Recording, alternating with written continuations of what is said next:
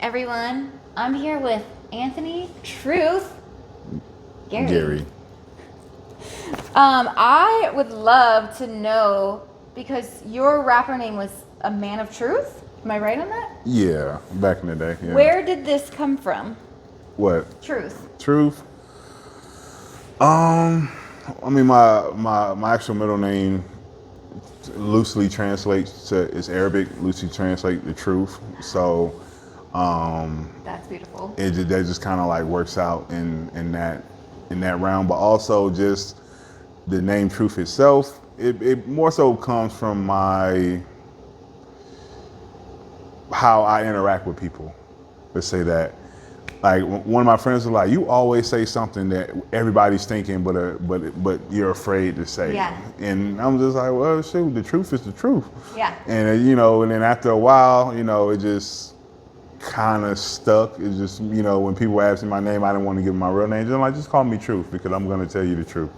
So from there, that's where that came from, for the most part. Perfect. Okay. And when you were in rapping, you're not at all anymore? Hiatus. I haven't been in the circle in a while. It's been since I want to say 2019. So around the time my mom passed away was the last time I was like participating with Soul Food Cypher as far as like in the circle. I mean, I'm still part of the organization as far as like us going through boot camps and also through the visual documentation. I'm still around it. I'm just not in it like I used to be. I think few things in your life happen where you just kind of divert your focus elsewhere. And to me, that was something that I focused on heavily. I mean, we had writing assignments. I had rhymes written down and stuff like that. But as of late, it just hasn't been the biggest concern of mine, even though I'm still into music and I still freestyle with my friends from time to time, just not, I guess, publicly. Yeah. Say that. Do you think grief sort of played a role in the change? I would say it's like the straw that broke the camel's back. Let's say that. Like I'm already in a space where I'm trying to really figure myself out, and I think I have the unfortunate curse of being talented in multiple areas. So it's kind of hard to kind of bring my focus to what is gonna be best for me. Yeah. Because like I'm a photographer, but also I'm worked in stand up. I've also worked in film as far as like on the production side of things, learning to write. Of course, you have my book, so it's like it's so many things that I know how to do, and I don't know if I want to be the master of none, if you know what I mean. Yeah.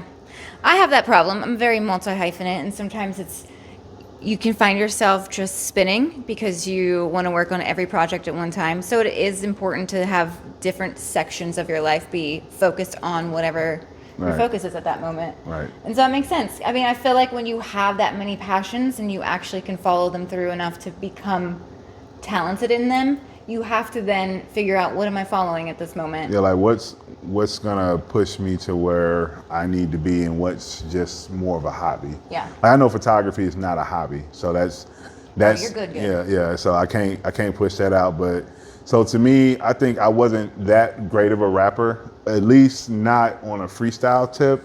Like I probably, if I focused on writing, I give me some time, I know I can do something. Yeah. But I never looked at that as something to make, that I wanted to take past the hobby level. You know what I mean? Like it's something I enjoy doing. It was like a religion, let's say that. So. And yeah, once you found your sweet spot with photography, it was hard for you to not justify having to put a lot of your time and effort into that. Exactly. Yeah. And I mean, your photos are amazing. I'm going to actually at some point put the video as us flipping through this book so they can actually see some shots. Okay. Yeah, some B-roll. Yeah, because you have an eye for sure for capturing people in their essence, which is really a special thing to do. And I think photographers have to have a certain level of comfort of people's vulnerability because you're really capturing them. Yeah. And is that something that you just had naturally, or is it something that you feel like you had to kind of work on? I would say it's something I had to work on. I wouldn't call it natural because when I first picked up a camera, the first thing I was taking pictures of was like graffiti Ah, around Atlanta. Like I think any photographer that kind of starts out, you just kind of start taking pictures of whatever is available to you. yeah. And at that time, it was when I bought my first camera, I think 2010, 2009. But it's like you see all these different graffitis on the highway. So I would stop my car and see like stuff like painted on the walls, the side of a highway, and get a picture of that. And then after a storm happened in Atlanta, it diverted certain traffic to go through a certain area, and that's how I discovered like Krog Street Tunnel. So I started taking pictures of the graffiti in there, and then like one day, I didn't really like the idea of graffiti. I kind of it didn't resonate with me, so I just kind of moved on, and then I realized I like taking pictures of people, but I love candid shots. Like yeah. I love capturing people just doing their best to be themselves and not really worrying about me. Like one way I like taking pictures is definitely with a telephoto lens. Well, my main one, it would be like a 70 to 200, and to like be like, say I'm in a crowd or something, and like I have a clear shot of someone at a picnic table, but they can't see me and I can see them, and I have like a clear view of them. Like those to me generate more, actually being genuine in your Yeah. in your skin, your clothes, your surroundings, with your friends. Like you can't be more genuine in that moment, you know, any place else. And how do you capture that without someone knowing that you have a lens pointed in their direction? Because the moment that they see the lens, all of a sudden they tense. They're sitting up. They want to show their quote unquote best Yeah, absolutely. out there, and I promise you, Right it's not angle, what right it's. lighting. I, Yeah. I done shot a- I shot one celebrity wedding, and it was probably one of my worst experiences shooting anything. It's just because everybody there was looking for me, Ah, and it took the fun out of it. It took capturing someone just like with their eyes closed, just like singing loud, but now yeah. they're like, oh, kind of with their eyes just like, where's he at? Because this is what they want me to Yeah. get and not what I want to capture. Yeah. And when people put you in that space, when you're trying to like do your job, it just, when you look through your photos at the end of the night, you don't resonate with none of it. Yeah. But if you let me just do what I do, no one touches me, no one talks to me, I promise you, I'm gonna be able to tell a story just from the pictures. You're gonna know what's going on Yeah. without hearing any type of words, any type of description or anything. You can see that. It's your ability to see a moment. Well, it's the ability to stay in the moment, to capture the moment. I'm gonna say that because, Stay in the moment. like, I had a photographer that wanted to, like, I guess, come up under me as far as like being like a second shooter, and his problem, at least from my standpoint, was he wants to fraternize. He Yeah. wants to like talk to people throughout the entire event. And if you see, especially women, if you see some women that are beautiful, it's one thing to say that, when I first got my camera, it was a talking point. Plenty of people approached me and was like, "Are you a photographer?" or this and that, and I was just like, "Oh no," and I would say, "No, I'm just a dude with a camera around his neck," Yeah. And at first I didn't accept the term photographer because it was like, well, I'm just doing this for fun. I like taking pictures, and I'm just carrying around with me in case inspiration, strikes. Yeah. So, I appreciate that, the staying in the moment, to be able to see the moment, yeah, because you I have to think stay in that moment. that's part of what I actually try to teach everyone I work with, is like, how in the moment are you in your day to day? Because that's when you actually get to see the moment and really experience the juiciness of it. When you're present.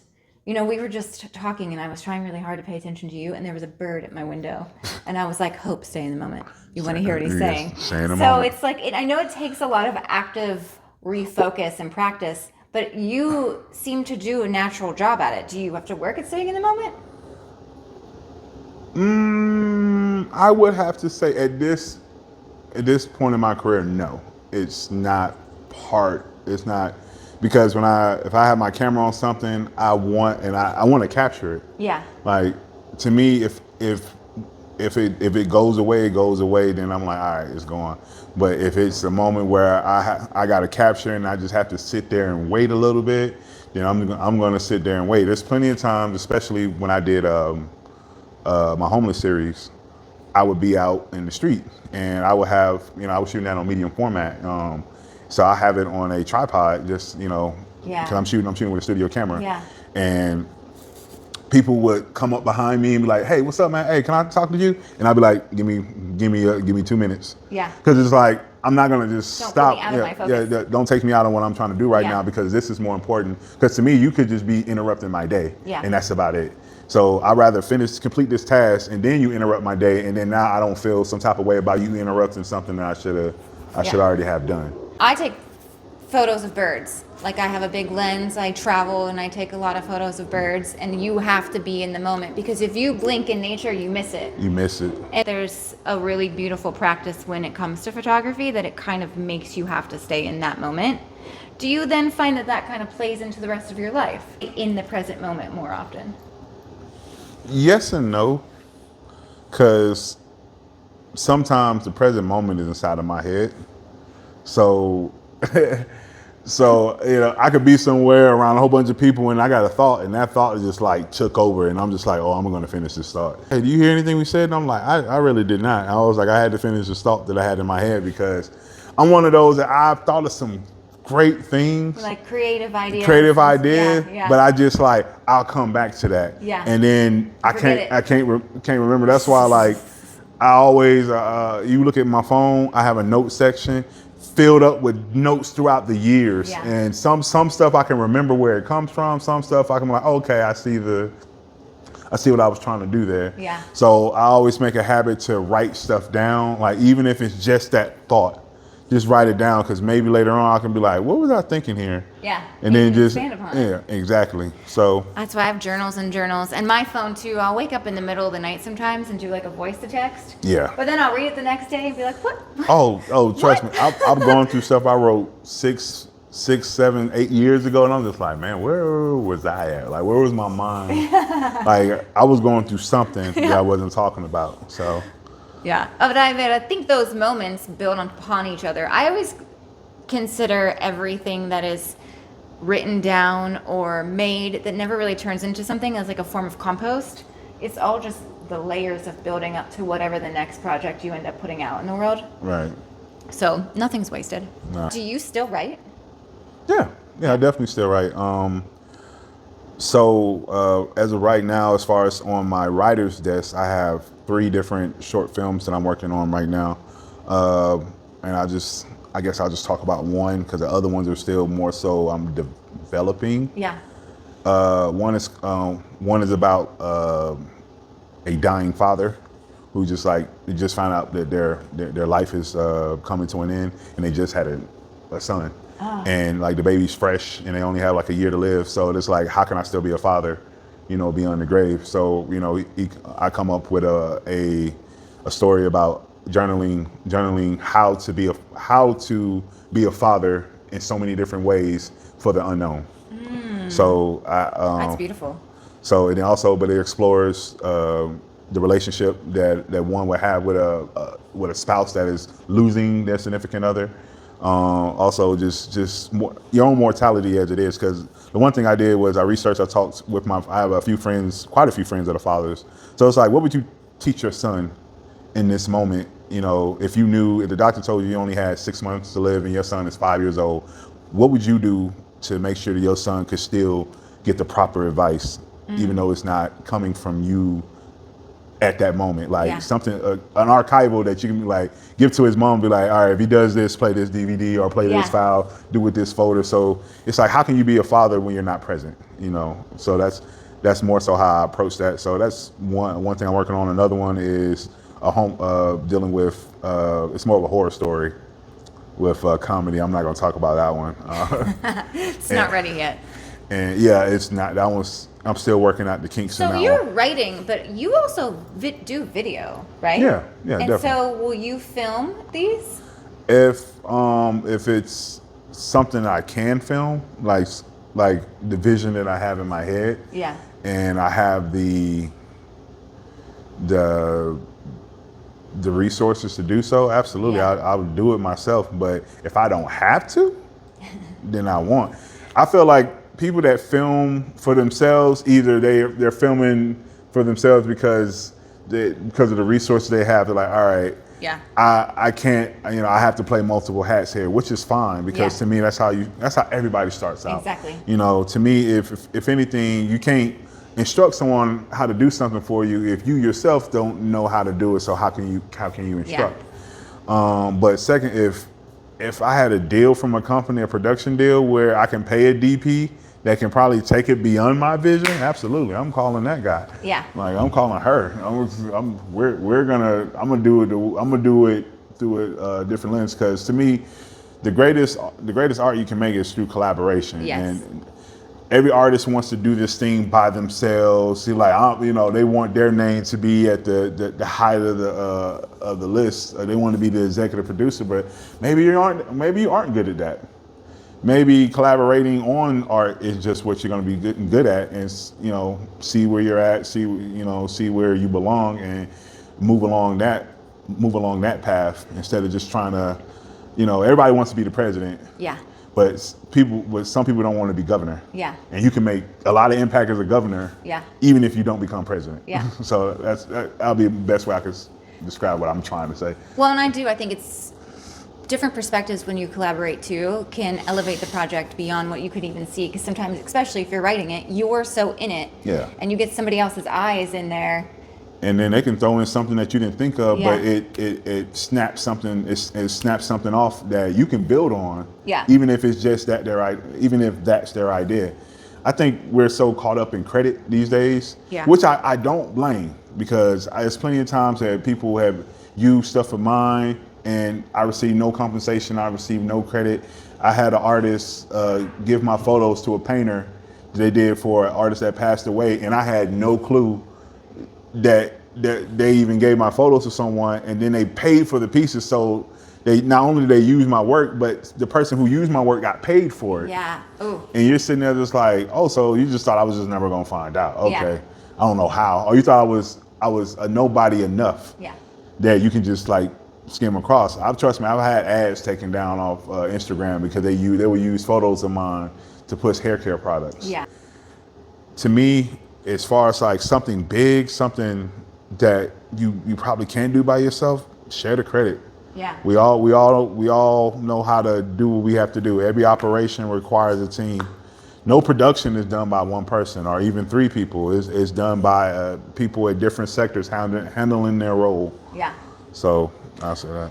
I tell you, with these videos that I keep being called to do, which I can't not make videos at this Right. point, if I get to a point where I can hire somebody to film it and edit it for me and I'm just the girl on camera, 100% there. Absolutely. Like, that is the goal. And so I feel you on that, where it's like if the resources become available and I get to outsource, no, it is just going to elevate me. Editing is not my favorite thing, but I learned to do it because if you're going to make videos and you're going to be a one person, you have to.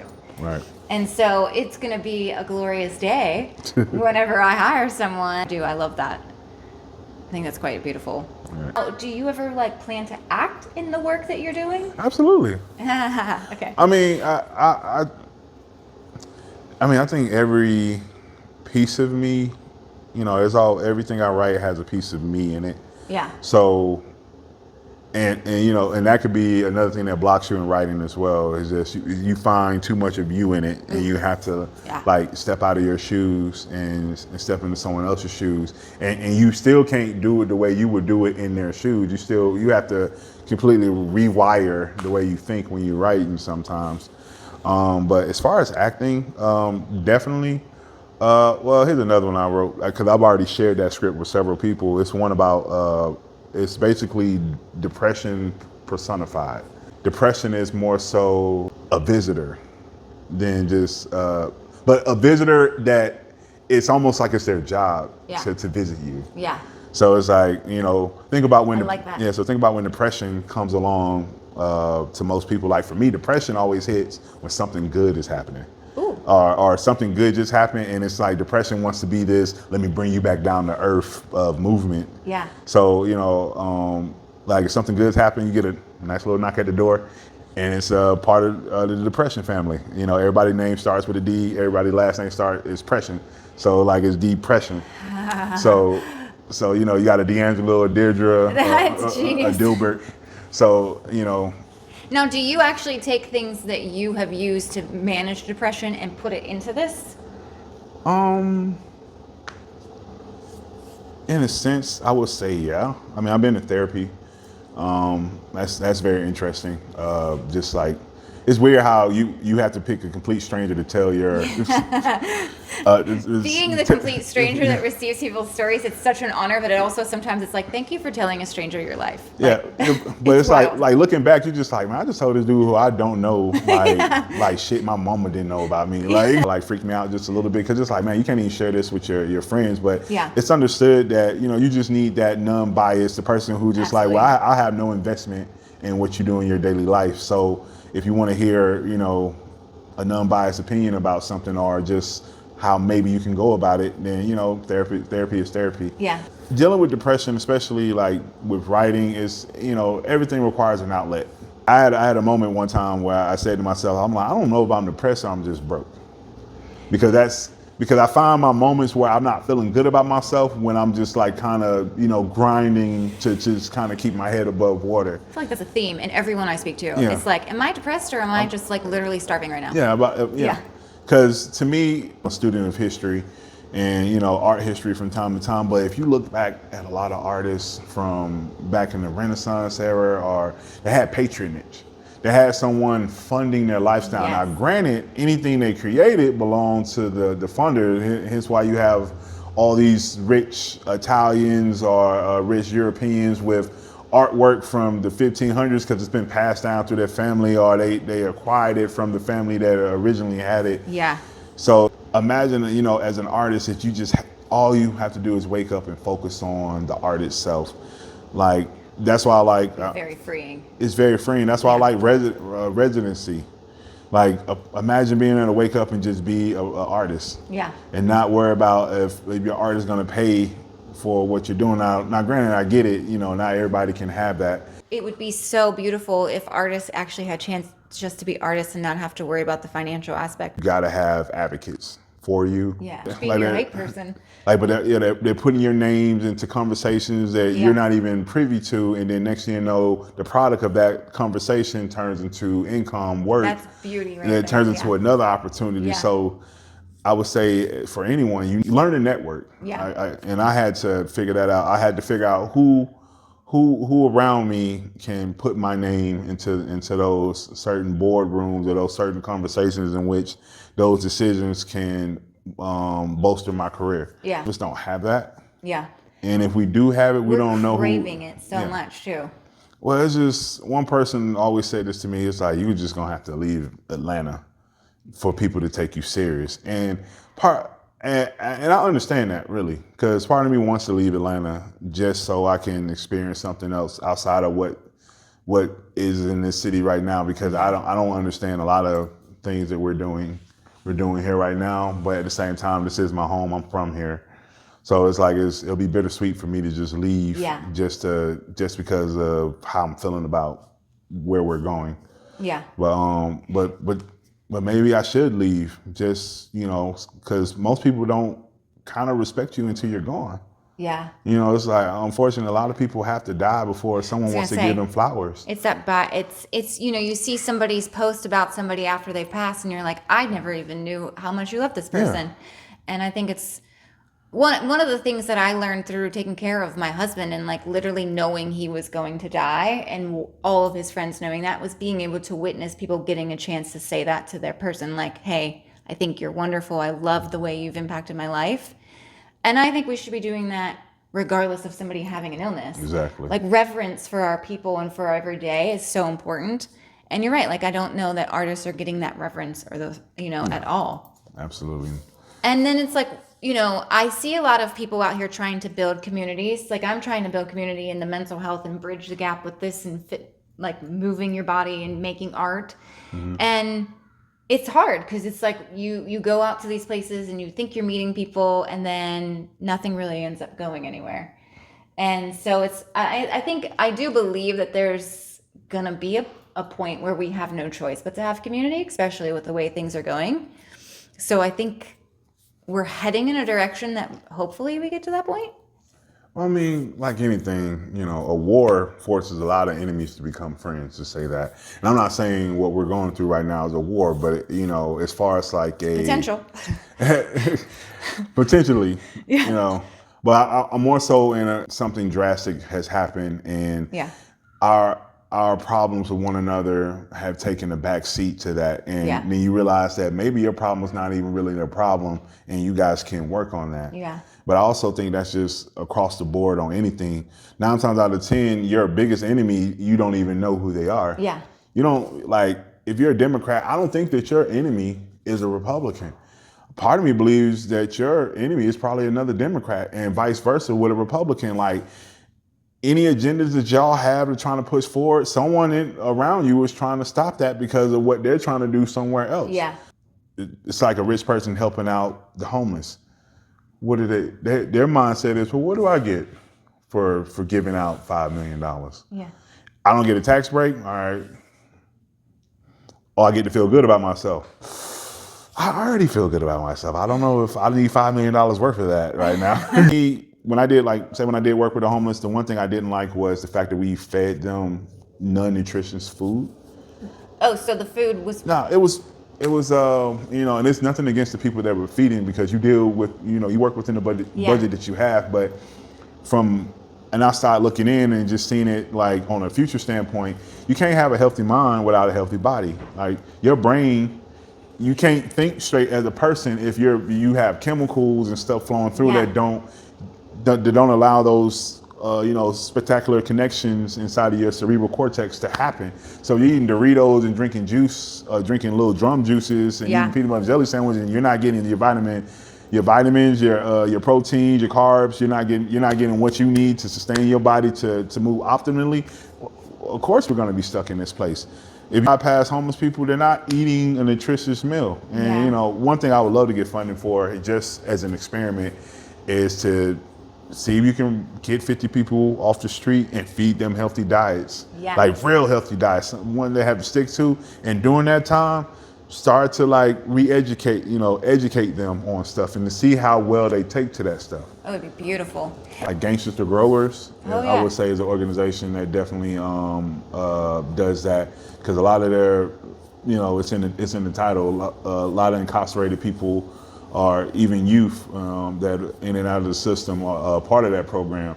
And to me, they're eating healthy diets. And I guarantee you, again, if you're eating a balanced diet, as far as like not eating a whole bunch of terrible foods and stuff that actually like your body can agree with, you can be so much a better person. Well, food is medicine, or it's your downfall. And and I think you're right. Like it's a definite goal to make sure we're feeding everyone clean, healthy food. Exactly. Because everyone deserves access to that. Yes. Yeah. So speaking of this, how important is having like a daily practice, like exercise? Do you have routines that you do? Yeah, I work out between 4 to 5 times a week. As you can see, I bring a jug of water. I have a gallon of water pretty much with me everywhere I go. I don't always drink a gallon of water, but I get pretty close. Just kind of staying away from overconsumption. Yeah. Like, I don't drink that much. Honestly, I just took a month off, and I just drank for the first time a couple days ago in over a month. And I got to say, it kind of shakes your faith on like, okay, so why am I drinking this? Yeah. After you feel so terrible, you're like, what's the point? What's the goal that I'm, it's not a stress reliever. I don't find it being a stress reliever. Let me say that. So it does make you question. I know people right now that are giving up alcohol because it's just like so it really many does people, nothing for me. because they're realizing, wait, I actually want to be healthy. I want to feel my best. I want to feel vibrant, and this is not contributing. You want to wake up. You want to wake up in the morning and get out of your bed and just get out of your bed, not feel groggy, not feel terrible. You pay attention to what you're eating, the way you're moving your body. What about do you have anything that you do to help with your mind? For me, exercise is definitely a part of mine. Hey, I'm getting tired right here. Let's take a break. And you're going, you ain't tired. Yep. You ain't really that tired. You can keep going. I promise you. The body's like, no. Yeah. And then after a while, you know, you feel a little notch. You just like, ow, ow. He like, I told you this is what's gonna hurt. He like, just work through it. And the next thing you know, you don't work through it. You didn't take a break, and that little ache that was happening has worked its way out. So to me, that's a perfect time. That's perfect for me. And then also now that when my body's involved, it's distracting other thoughts that I have. So now, like a thought that I may have had during another time, I can kind of think that a little through. Like there's plenty of times that you're creating space for it. Exactly. It's like when I go running, when I used to go running faithfully, I didn't take no earphones with me. I didn't take my phone with me, and it'll just be me and in the open road. Yeah. And I will have a whole bunch of visual images while I'm running, even though I can see clear as day. But to me, that's just like what's going on in my head, and it's almost like driving. Like sometimes people can drive without even paying attention to the road. Scary sometimes when you get there. You're like, you're like, I don't remember. Did I do anything in this car? Yeah, exactly. Like it goes on an autopilot. So like when my body goes into autopilot, it gives me a chance to like focus on that one thing. Yeah. Like that one thing that I wanted to focus on. So definitely that. And I guess you can say video games from time to time. That'll be more of a stress reliever for me because I use video games just for pure fantasy. Just play? Just to play. I'm getting this bike. I've been going riding with a friend of mine who rides a lot. And yesterday he rode behind me up some hills and he was like, why are you quitting? You can keep going. And you know, like literally my mind. But after I like had just a reminder from him, I made it up the hill. And I was like, you know what? I literally was about to give up on that hill. And I made it up the hill. And so that is the one thing about exercise is it literally is a mind over matter situation. My mind is telling me to quit, but my body's actually not needing to quit right now. Like I can actually work through this. Like that's why I was, you know, if I ever have kids, I'll put them in sports, even if they don't consider themselves athletic, because to me it's teaching them. Sometimes it's just going to be something that you don't want to do, but it needs to be done. Yeah. But also, you know, it's working through pain. Got to push through that and just. I bombed on stage as a comedian, and I don't care what no one says. That's embarrassing for anyone. Ooh, that hurts. Yeah. And don't let your bum involve someone in the crowd telling a joke that got a better laugh than yours. Like to me, if you can. Is that what happened? One time, yeah. Okay. That was rough. So have you bombed on stage multiple times? Yeah, I mean, what comedian hasn't? And then you got back on stage. I mean, that's just kind of part of the. I like that. Kind of part of the art form itself. Like you don't get better, you know, not getting on stage or not sharing your ideas with people. Like, cause me, even if I don't get on stage, I still find a way to work that joke into a conversation. You know, if I'm not testing on stage, let me test the person who's also not looking for it either. Yeah. So just to see if it even has legs. Yeah. So I would say like, you know, it's like a skateboarder. A skateboarder is never going to be a good skateboarder unless they learn how to fall. Yeah. Same thing with a football player. If you don't know how to get tackled as a running back, how are you going to be a good running back or a good wide receiver or a good quarterback? Or if you can't take a charge going down the lane as a basketball player, how are you going to be a good basketball player? You can't be one-dimensional in your pursuit of greatness. You have to, you know. I feel like he's dropping so many. Just like. I'm just saying, if you know that your goal is uphill, you can't complain that you have to walk up a hill. Yeah. That's right. all I'm saying. The hill, you just have to keep going. You got to keep going. Can't quit. Yeah, your leg's gonna hurt, but whoever walked this hill before probably said the same thing you said. Yeah. As they're walking up the hill, and guess what? They made it up the hill. And then you celebrate and recover. Exactly. I love that. So how did you then recover from the bombing on stage to give yourself enough confidence to go back on? It actually took a second.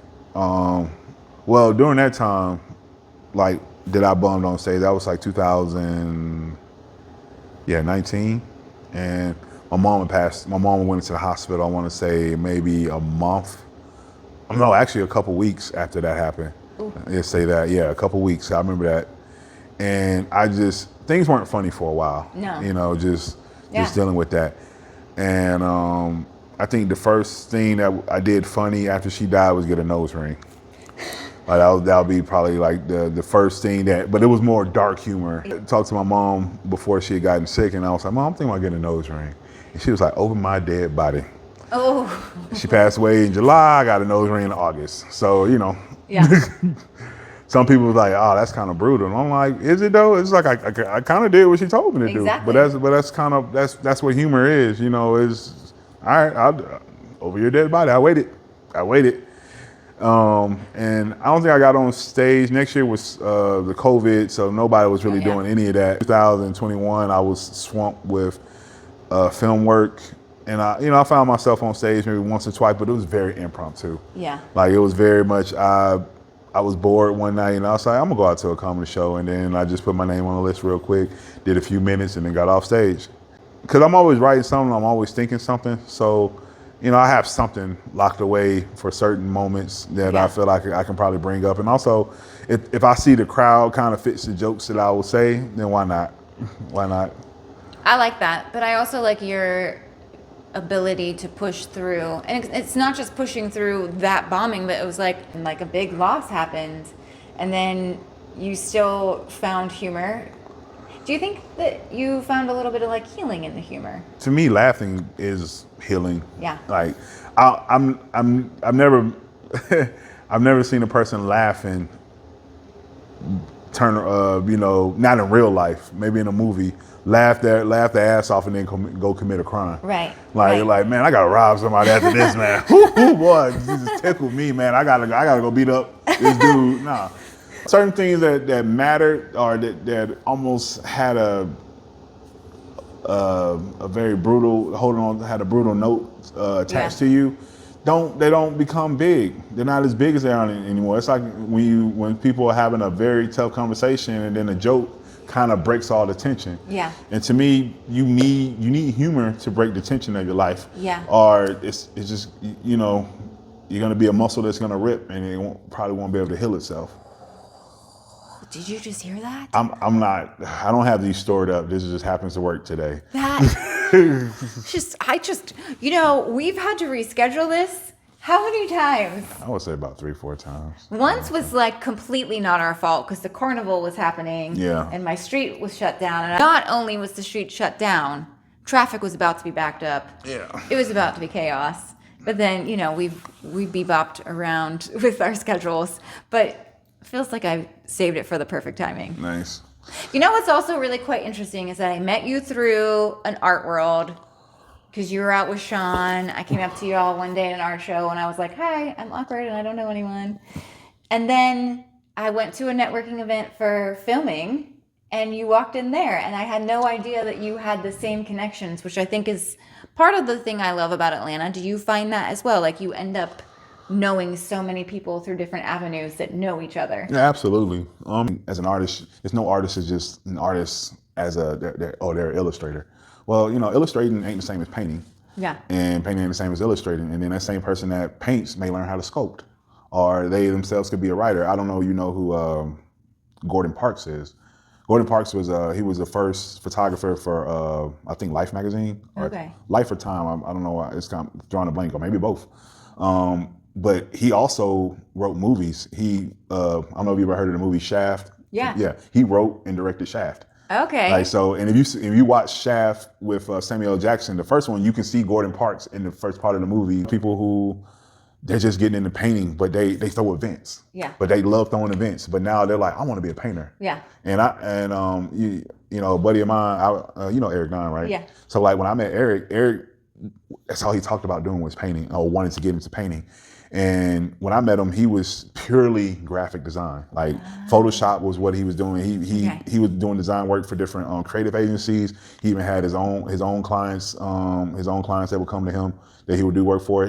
Hell, he even did club flyers back in the day. Okay. So, but now he was like, I want to be a painter, and that's what I want to do. So even though he still would do all the other stuff, he started painting. Those are two completely different things. Like, and I love his work. And exactly, and that's like over 10 years now that he's been painting. Yeah. We all have this idea on where we're trying to go, and through that journey, you find like-minded people along that path, and sometimes they go with you, or sometimes they leave you with something that you can take with you. Yeah. And and I guess just be thankful for the interaction that you have with people, and it may not be at the finish line, but hell, they helped you get there. It's all the same to me. Yeah. Support is support, no matter like what it ends up being in the end. Yeah. And I also think what you're saying kind of stems off that when you're a creative, you're just a creative. And so it's going to show up in your life in every capacity. You know, I'm not actively making as much art as I once was. Like, you know, I made all the art on the wall behind me. This is all my art, but I've painted one thing in the past year. But now I'm creating experiences like workshops and in-person things, and I'm creating content for those.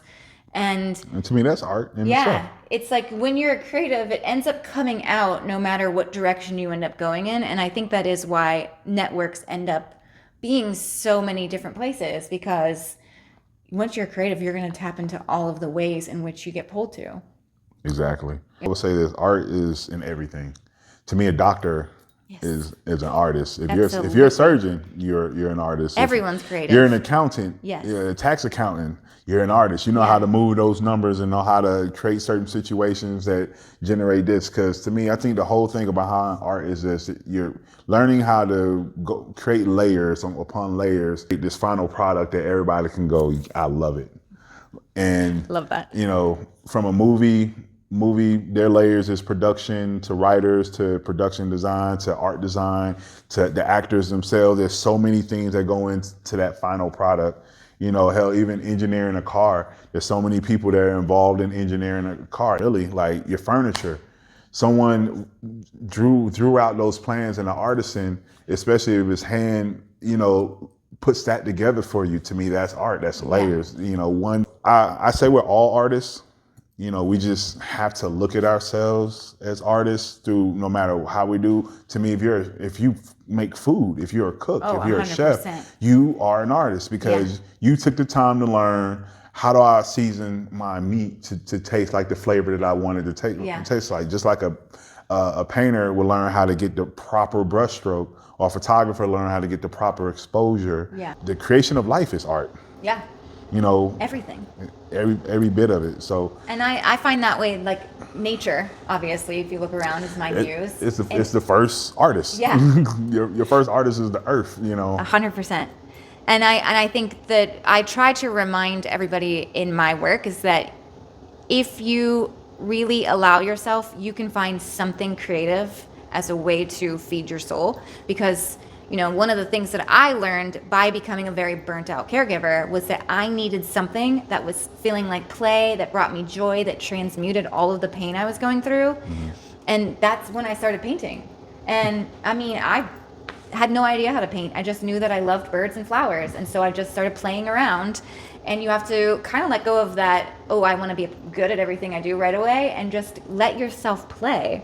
And that's how you find your voice, and that's how you find your rhythm, and that's how you find your creativity. And you don't compare yourself to everyone else. I don't paint birds like anyone else does. And that's actually part of why my birds are special, because it's my essence. Right. But everyone has that. It's just people have a lot of blockages to find it. So I'm glad that you said that, because I didn't even prompt you to say that. You just said it. And it's something that I really think is important, because creativity can literally pull you out of dark places, out of burnout, burnout is a lack of joy usually. It's just way too much stress, way too much monotony, things you don't want to do, and you're not doing anything that brings you joy. Exactly. Yeah. Current times are wild. Yeah. And most of what I'm trying to do in everything I put out in the world is just to remind people of how to survive the times, but also how to maybe do a little more than survive. Yeah. And maybe help other people around them to do the same. I would say that the best thing you can do just as a person is find a way to find freedom in everything that you do. Mm. Like find a way to, if your body's not free, find a way to make your mind free. Find a way to still live in a universe that is conducive for your creative energy to flow. Nothing is easy. Mm-mm. I promise you, nothing is easy. Treat artistry as your outlet first, and use it as your reason to live second. Ooh. Because you make it your reason to live first, I would say that if you're not successful at it, it's gonna depress you. It's gonna Yeah. drive you insane. Because this book, I told you $60, $50, $55, and everybody has an extra $55 to $60 sitting around to purchase, because this is a luxury item. I don't, Yeah. regardless on what you want to say about art is very much a luxury. It's no different than when a kid wanted to play the oboe when they were in elementary school. Well, where I come from, the school didn't have an oboe. No, yeah. So guess what? You had to go buy an oboe, or Yeah. you had to rent an oboe. So your parents had to invest Yeah. in what you saw yourself becoming, or what you wanted to become. And those parents had to be sure about that. They're like, you sure you want to play the oboe? Yeah. You're like, because once I spend this money, Christmas is going to be different. I'm Yeah. telling you that right now. Find your happiness within the art first, and just live into that. And I know plenty of people who, for you take pictures of birds. It may be a while before someone looks at their pictures of birds and go, I really love these pictures of birds. Yeah. Let me see if I can set up an exhibit for you. Yeah. So even some work you created at 27 may not pop off till you're 50. There's plenty of actors that didn't become actors until they were 40 years old, and now they got Academy Awards. Yeah. Don't be in a rush. Let's say that with your art. Never rush your art. Again, focus on yourself. If it's meant to be, if you put the time and effort that you believe that you're gonna put in to evolve yourself as an artist, then it's gonna come no matter what. You just have to put in that time and, fall in love with it. Ooh, yeah, that part. Fall in love with the process. If we don't have love for each other, this whole thing ends. Exactly. Yeah. It'll serve no purpose. Nothing would have value at that point. Community wise, it's hard to support one another, especially we're trying to figure out how to support ourselves. And to me, if you can't pay for it, share it. Share it with people that probably have that 100%. that extra income. Because that's what I would do. If I know I can't make something, or I'll send it to people who I know enjoy this art and have the income to spend. Yeah. Because there's plenty of shows, art shows I brought my friends to, that even though I didn't buy anything, they bought hats and prints and stuff Yeah. like that. So I just supported him without having to spend my own money, but I brought the people that I knew that would spend the money. Yeah. Yeah. So, you think in those terms, you'd be surprised. If you just sharing could put it into the right person, not just for the person creating it, but like people need things. People need art. People need inspiration. People need the things that I'm creating. Like people need community. And so, yeah, I think finding ways to connect the dots is definitely the world we're living in right now. Absolutely. Definitely. Connecting the dots. We finally connected dots. Yeah, we sure did. Let's connect again, please. To tell anybody how to find you. You can find me on my website is anthonytruthgary.com. My Instagram is anthonytruthgary. Everything that I have built has been because of social media, and so I'm forever thankful for it. But, I'm thankful for the connection and the community and the support I receive online. It's beautiful, and it's why I want to introduce my friends to my community, because they're both beautiful. All right, y'all. All right, y'all. Look them up. Peace.